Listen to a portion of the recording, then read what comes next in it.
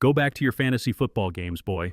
Leave the real strategic work to people who understand business. My name is Marcus Stevens. I'm 29 years old and I've been working at Cloud Tech Solutions in Portland for 3 years. I hold 4 pending patents for the core security framework that runs their entire platform. The woman who just dismissed me like some junior developer is Jessica Walsh, 24, fresh out of Stanford with her MBA and 0 real technical experience. She's also the new CEO's daughter. If you like stories about betrayal and how technical expertise can defeat corporate greed, hit that like button and subscribe right now. Every day brings completely new stories, each one more intense than the last. I was sitting at my workstation at 9:45 p.m. on a Wednesday, debugging the authentication module for tomorrow's client demo. The office was mostly empty except for the cleaning crew and a few other developers. I preferred it that way. No interruptions, no meetings about meetings, just code and coffee. Jessica walked by in her designer heels, carrying an iPad that probably contained acquisition analysis documents. I could see my technical specifications reflected on her screen. "Still here, Marcus?"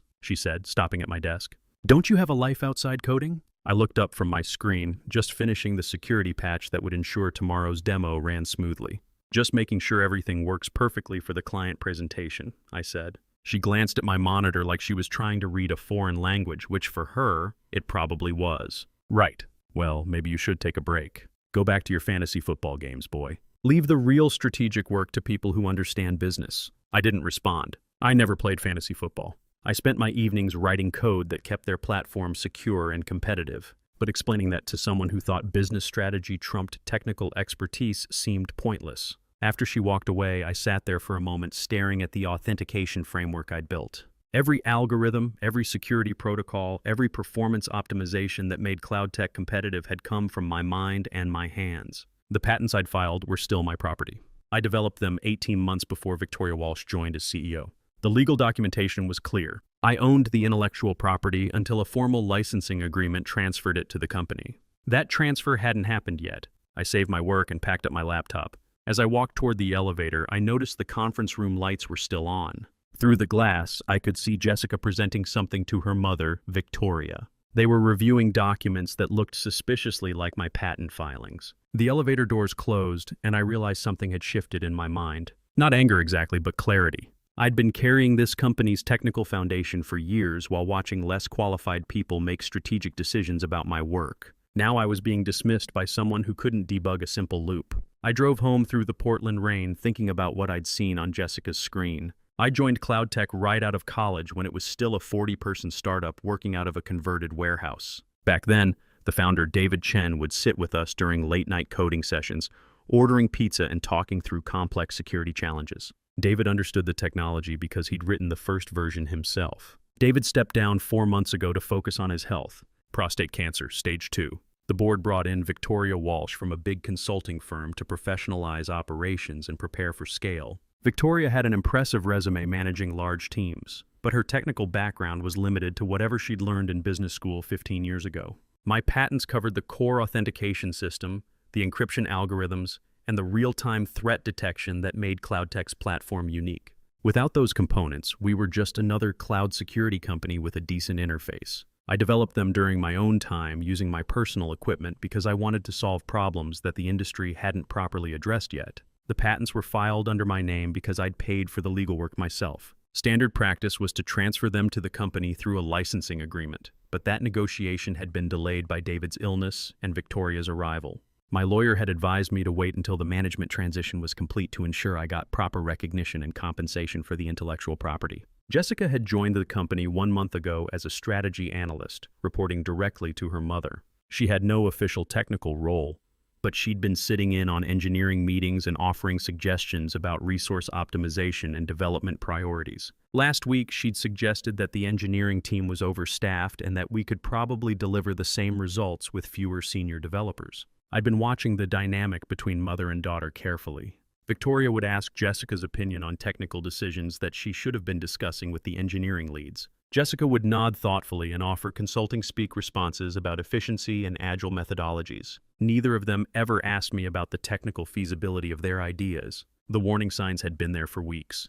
External consultants had been auditing our technical assets and IP portfolio. HR had been having conversations about team restructuring for efficiency. My name had been removed from internal technical documentation without explanation. Meeting invites that used to include me automatically were now going to senior staff only. When I'd asked about it, Victoria's assistant told me it was just a scheduling oversight. Yesterday, I'd overheard a conversation between Victoria and the head of human resources about securing key intellectual property before finalizing organizational changes. They hadn't noticed me in the break room, and I hadn't made my presence known. Now, after Jessica's comment about fantasy football, the picture was becoming clear. They were planning to formalize the patent transfer, then restructure me into a junior role where I couldn't challenge their technical decisions. I pulled into my apartment parking garage and sat in my car for a few minutes, listening to the rain on the roof. The next morning, I arrived at the office early and found an email waiting for me.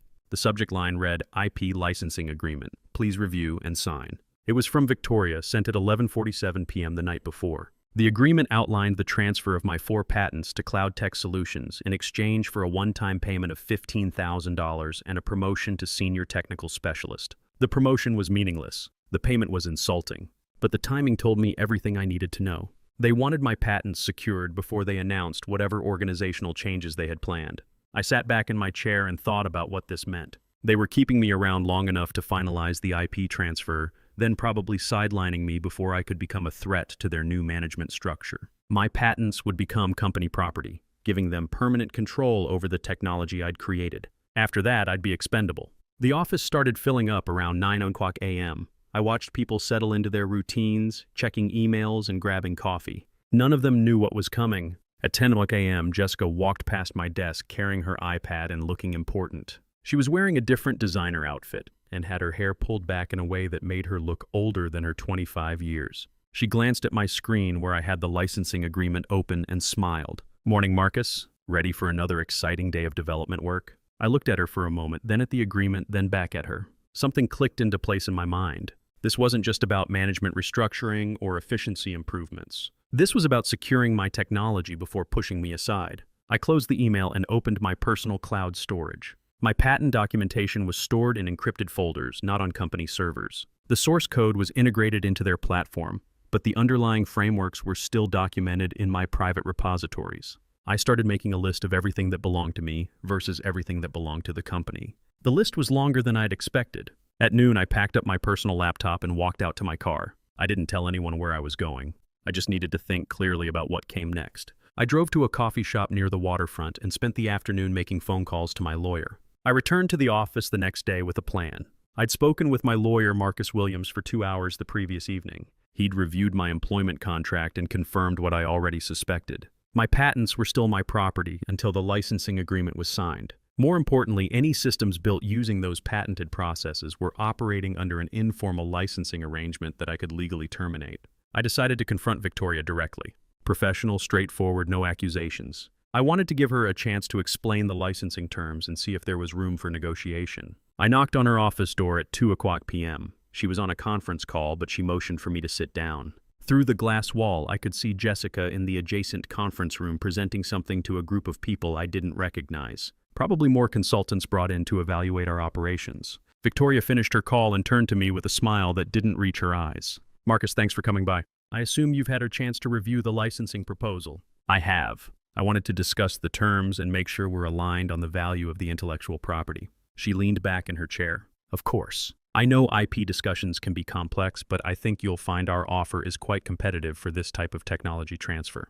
I kept my voice level. "Victoria, these patents cover the core security framework that makes cloud tech competitive. The authentication system, the encryption protocols, the threat detection algorithms. They're all based on my innovations." Her expression shifted slightly. "Well, yes, you've certainly made important contributions. But as you know, all work done during your employment creates intellectual property that should belong to the company. That's standard in our industry. The patents were filed before you joined Cloud Tech. I developed them using my own equipment on my own time with my own legal representation." She picked up a folder from her desk and flipped through it. "Actually, I've been meaning to discuss that with you.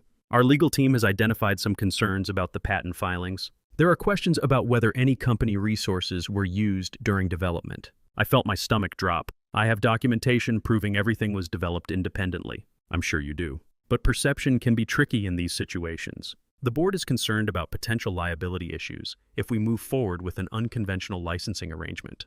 This was a trap. They were going to claim ownership regardless of the legal documentation, then tie me up in litigation I couldn't afford to fight. "What are you proposing?" We'd like you to accept the standard licensing terms. Transfer the patents in exchange for the compensation we've outlined, then continue in your current role while we implement the organizational improvements. I stood up. I need some time to think about this. Of course. But Marcus, I hope you understand that this is really the best outcome for everyone involved. Fighting this would be expensive and disruptive, and ultimately, the company's position is very strong. I walked back to my desk and sat down, my hands shaking slightly. They had me cornered. If I tried to fight for fair compensation, they'd claim I was being unreasonable. If I agreed to their terms, I'd lose control of technology worth millions. Through the glass conference room wall, I could see Jessica finishing her presentation. The people she was talking to were nodding and taking notes. One of them was pointing at a chart that looked like an organizational diagram. My computer pinged with a new email notification. The sender was Human Resources. The subject line read, Team Restructuring Announcement, Confidential Preview. I didn't open it. Instead, I started thinking about what Marcus had told me during our phone call. The patents were mine until they weren't. The licensing arrangement was informal until it wasn't. But what if I simply declined to continue the licensing arrangement? That would mean CloudTech could no longer legally use my patented technology. Their platform would need to be rebuilt using alternative solutions. I opened my personal cloud storage and began reviewing the documentation for my patents. That evening, I stayed late again. But this time, I wasn't debugging code. I was conducting an audit of everything I'd contributed to CloudTech's platform over the past 3 years. The results were more extensive than I'd realized. My authentication framework was integrated into every user login, every API call, and every data transfer. Without it, their system would revert to basic security that any competent hacker could bypass. The encryption algorithms I developed reduced their data storage costs by approximately 40% and made their platform fast enough to compete with larger companies. The threat detection protocols enabled real-time monitoring features that were central to their marketing message. I had essentially built the technological foundation that made CloudTech competitive in the cloud security market. Everything else was just user interface and business logic built on top of my work. But I found something more troubling as I reviewed old emails and meeting notes. Victoria and Jessica had been planning this acquisition for weeks before the licensing proposal. 3 weeks ago, Victoria had asked the engineering team to create detailed documentation of all technical processes and system architectures. She'd framed it as a routine knowledge management initiative. 2 weeks ago, Jessica had requested access to our code repositories for a strategic analysis of development efficiency. I'd granted the access because she was the CEO's daughter, and I'd assumed it was legitimate. Last week, I discovered that someone had been copying files from our shared drives to external storage. When I'd reported it to IT security, they told me it was authorized by senior management for backup purposes. Now I understood what had been happening. They'd been systematically documenting and copying everything I'd created so they could continue using it after securing the patent rights. I spent the next hour researching Victoria's background more carefully. Her previous job had been at a consulting firm that specialized in technology acquisition and integration. Before that, she'd worked for a private equity company that focused on buying distressed startups and extracting value from their intellectual property. She wasn't brought in to grow CloudTech. She was brought in to secure its most valuable assets. I called Marcus and explained what I'd discovered. He listened carefully, asked several questions about the timeline, and then delivered news that changed everything. Marcus, based on what you're telling me, you have grounds for a formal withdrawal of licensing privileges. Your patents are still your property, and if they're using your technology without a signed agreement, you can legally require them to stop. But I'm employed by them. Doesn't that create an implied license? Not necessarily. Employment contracts typically cover future inventions, but your patents predate Victoria's arrival and the current organizational structure. There's ambiguity in their legal position. I felt something shift in my chest. Not anger this time, but clarity mixed with cold determination. What would happen if I withdrew the licensing privileges? Legally, you have that right. Practically, it would require them to remove your patented technology from their platform until they could develop alternative solutions. I looked around the empty office, thinking about Jessica's dismissive comment about fantasy football and Victoria's patronizing smile during our meeting. How quickly could you draft the withdrawal notice? I can have it ready by tomorrow morning. But Marcus, this is a significant step. Once you do this, there's no going back. I made my decision. Do it.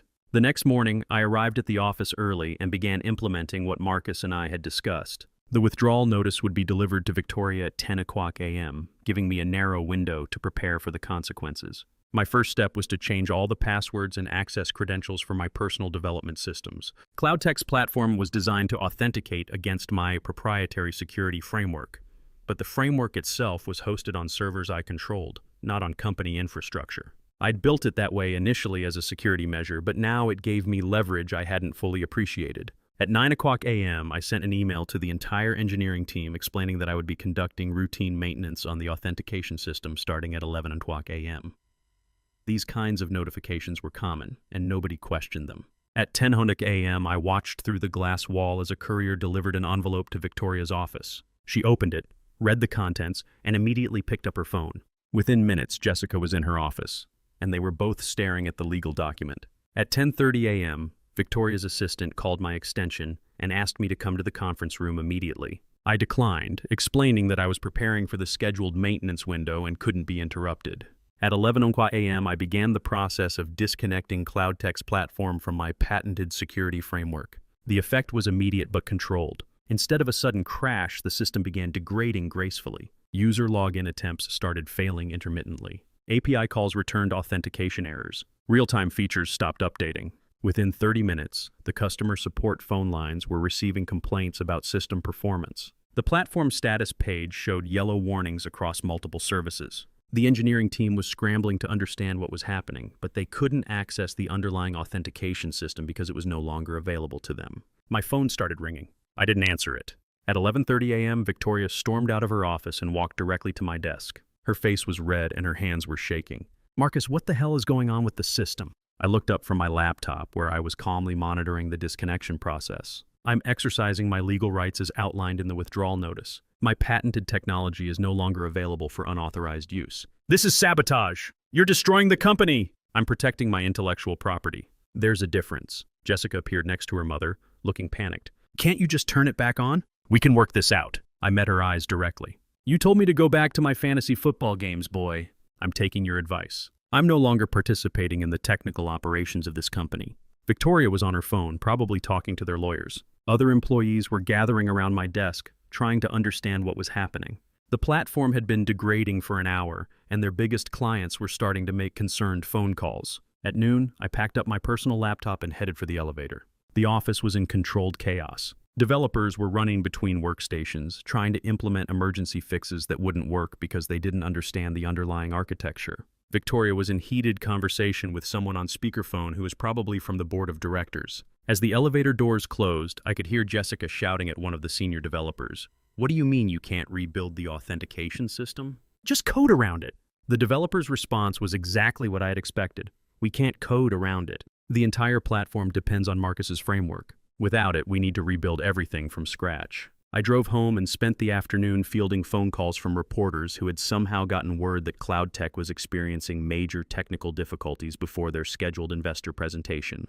The investor presentation was scheduled for Thursday morning at 9 a.m. Pacific time. Victoria had spent the previous 3 days assembling an emergency team of contractors and consultants to rebuild the authentication system without my patented technology. According to my contacts still inside the company, they'd been working around the clock, spending over $200,000 on emergency consulting fees. I woke up early on Thursday and made coffee while monitoring the technology news websites. Several industry publications had picked up the story of CloudTech's technical difficulties, but the full scope of the problem wasn't public yet. At 9 a.m., I watched the live stream of their investor presentation. Victoria was presenting to a room full of venture capitalists, potential clients, and technology journalists. She looked confident as she demonstrated the new features and talked about the company's growth trajectory. At 9:30 a.m., during the live demonstration portion of the presentation, she invited the audience to test the platform themselves using guest accounts that had been set up specifically for the presentation.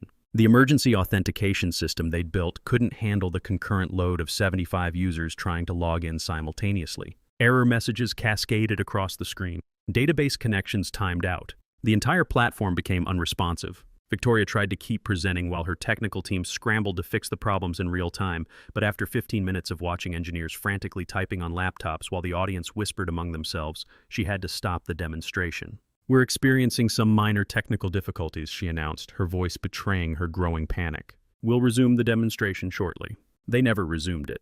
After 45 minutes of failed attempts to restore functionality, Victoria ended the event early and asked everyone to leave. The technology blogs published their reviews within hours. The headlines were brutal. "CloudTech presentation crashes spectacularly. Cloud security company can't secure its own demo when technical debt meets investor reality." The board of directors called an emergency meeting for Friday morning. By Friday afternoon, Victoria Walsh was no longer the chief technology officer of Cloud Tech Solutions. The press release cited strategic differences regarding technical leadership and product development. Jessica Walsh was quietly removed from the strategy analyst position without any public announcement. According to my former colleagues, she'd attempted to blame the platform failure on sabotage by a disgruntled employee, but the board's investigation revealed the timeline of events leading to my departure. Her accusations only highlighted the management failures that had caused the crisis. The company's valuation, which had been rising in anticipation of the investor presentation, dropped 45% over the following week. 2 major clients canceled their contracts. 3 board members resigned. The planned Series B funding round was postponed indefinitely. Meanwhile, I was fielding phone calls from venture capital firms and technology companies who wanted to license my patents. By the end of the month, I'd signed licensing agreements with 2 of CloudTech's competitors and founded my own startup with $15 million in Series A funding. The new company, which I named Secure Core Technologies, specialized in enterprise authentication solutions. Our first major client was a financial services firm that had been burned by unreliable security platforms in the past. Our second client was a healthcare company that needed compliance-grade authentication for patient data systems. 6 months later, CloudTech was acquired by a larger company for 30% of their previous valuation. The acquiring company's first move was to completely rebuild the platform using industry-standard security frameworks, effectively discarding everything that Victoria and Jessica had tried to preserve. Victoria Walsh returned to consulting work, though her reputation in the technology sector had been significantly damaged. Jessica Walsh left the tech industry entirely and took a marketing job at a retail company in Seattle. Neither of them ever acknowledged their role in the company's collapse, but the technology community has a long memory for failed leadership.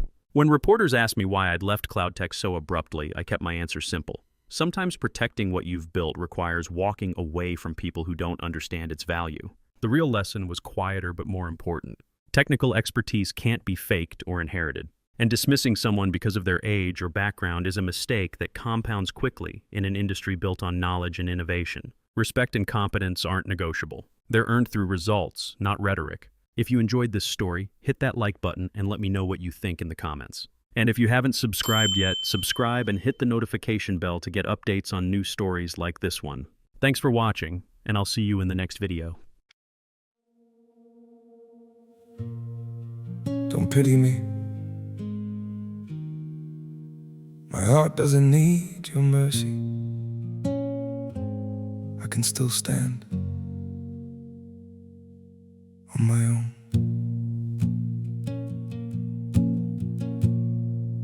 I was broken by your leaving, fell deeper than I thought I would. But pain has taught me how to heal now and survive what once I couldn't. You don't have to look back sadly, don't reach out with guilty hands. What you shattered made me stronger. Now I rise where I once collapsed. My heart doesn't need your pity, not another empty sign. I've got enough strength left within me to rebuild this life of mine. My feet are steady through the sorrow. I can stand through all the pain. You don't have to save me, darling. I'll learn to breathe again. I once begged for your affection. Now I've learned my worth in scars. And the man you left in pieces found his own way through the dark. My heart doesn't need your pity, not another empty sign. I've got enough strength left within me to rebuild this life of mine. My feet are steady through the sorrow. I can stand through all the pain. You don't have to save me, darling. I'll learn to breathe again.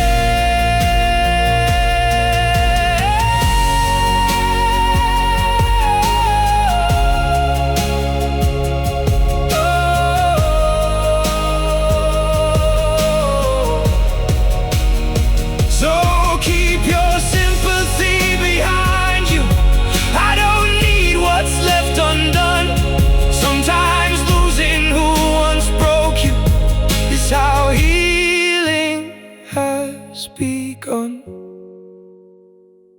My heart doesn't need your pity, not another empty sign. I've got enough strength left within me to rebuild this life of mine. My feet are steady through the sorrow. I can stand through all the pain. You don't have to save me, darling. I'll rise alone again.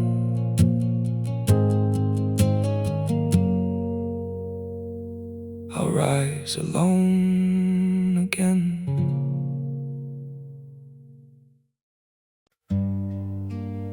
Some days feel off, like I'm standing but still falling. A little pain, a little tired, and no one to tell it all to. There are days that feel unsteady, like I'm drifting out of place. Every step just feels so heavy, with a smile I have to fake. A little hurt I keep inside me, a little weight I always hide, and 1,000 quiet worries I've been holding deep inside. There's no one here to tell it to, no one who would understand. So I carry all these feelings like they're slipping through my hands.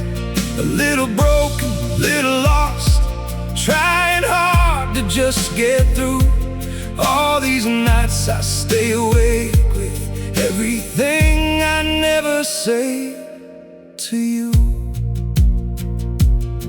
I keep walking through the silence like it's all I've ever known. Every crowded room reminds me how it feels to be alone. There's no one here to tell it to, no one who would understand. So I carry all these feelings like they're slipping through my hands. A little broken, little lost, trying hard to just get through. All these nights I stay awake with everything I never say to you.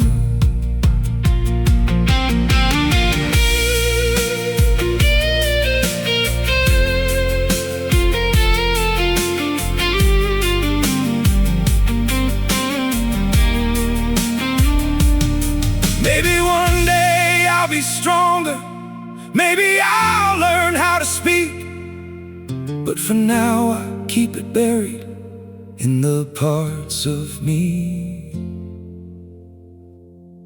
too weak. There's no one here to tell it to, no one who would understand. So I carry all these feelings like they're slipping through my hands. A little broken, little lost, trying hard to just get through. All these nights I stay awake with everything I never say to you.